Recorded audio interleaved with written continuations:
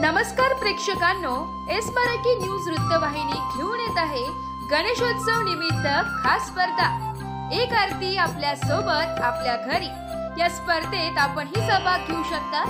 सहभागी होण्यासाठी संपर्क साधा 9067778005।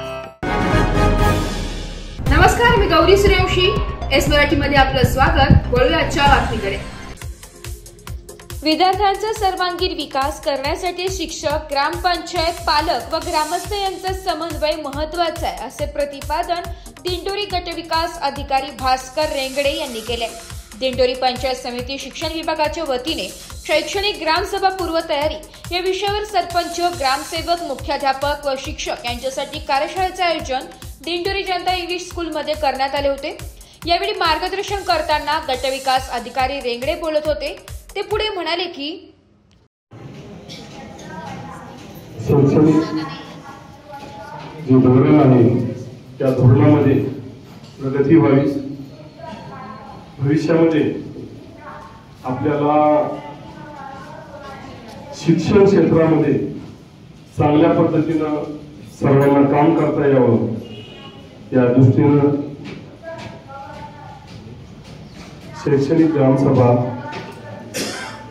याच्या माध्यमातून जे गाव लेवलला आपल्याला काम करायचं आहे त्या कामाच्या निमित्ताने आज या ठिकाणी आपली सर्वांची ग्रामसेवक, शिक्षक आणि सरपंच यांची बैठक जी आयोजित केलेली आहे त्या बैठकीला उपस्थित माझे सहकारी वेंदे साहेब, त्याचप्रमाणे शिक्षणाधिकारी गौरी साहेब, सरपंच प्रतिनिधी बर्डे साहेब, त्याचप्रमाणे आमचे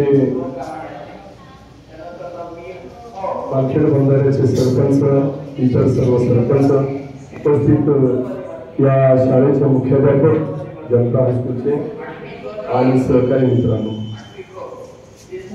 आपण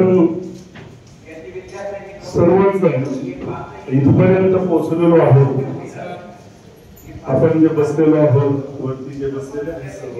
या कार्यशाळेला सहाय्यक गटविकास अधिकारी भरत वेंधे, गट शिक्षणाधिकारी चंद्रकांत गवळी, सरपंच प्रतिनिधी व कृषी उत्पन्न बाजार समितीचे उपसभापती योगेश बर्डे, प्राचार्य शरद शेजवळ, विस्तार अधिकारी वंदना चव्हाण, कैलास पगार, पीपी महाले, चंद्रकला तुपे, सर्व केंद्र प्रमुख तसेच ज्ञानप्रकाश फाउंडेशनचे संभाजी रोडे आदी मान्यवर उपस्थित होते।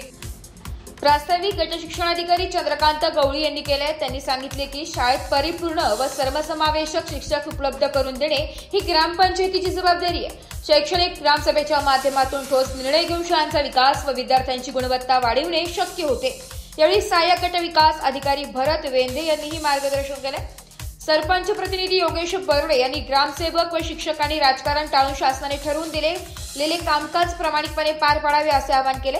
ते पुढे म्हणाले की पंचायतीची बॉडी असेल, शिक्षक वृंद असतील, यांच्यामधलं जे कोऑर्डिनेशन आहे ते निश्चितपणे आम्ही बघू। येत्या काळामध्ये आपल्याला अनुभवायला मिळाला की चांगल्या पद्धतीने त्या ठिकाणी काम ती सगळी लोक करतात। आता माझ्या आपल्या सरपंचांनाही सगळ्यांना विनंती आहे, आपण हे शैक्षणिक किंवा आपण शैक्षणिक बॉडी देतो त्याच्यावरती आता फार म्हातारे पोतारे माणसं आपण नाही ठेवले पाहिजे।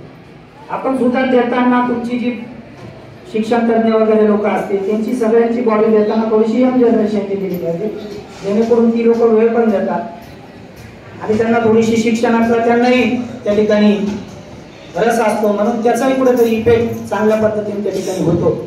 बिडो साहेब, आपण मागा खाली चहा पितो। ज्ञानप्रकाश फाउंडेशनचे संभाजी रोडे यांनी शैक्षणिक ग्रामसभा कशी घ्यावी व ग्रामपंचायत शाळेला कशी मदत करू शकते याचे मार्गदर्शन डिजिटल सादरीकरणाद्वारे केले।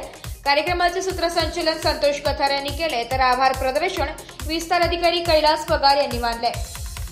एस मराठी न्यूजसाठी संतोष कथार, दिंडोरी। अशाच नवीन ताज्या घडामोडी जाणून घेण्यासाठी आमच्या एस मराठी न्यूज चॅनलला लाईक करा, शेअर करा, सबस्क्राईब करा आणि बेल आयकॉनला क्लिक करायला विसरू नका।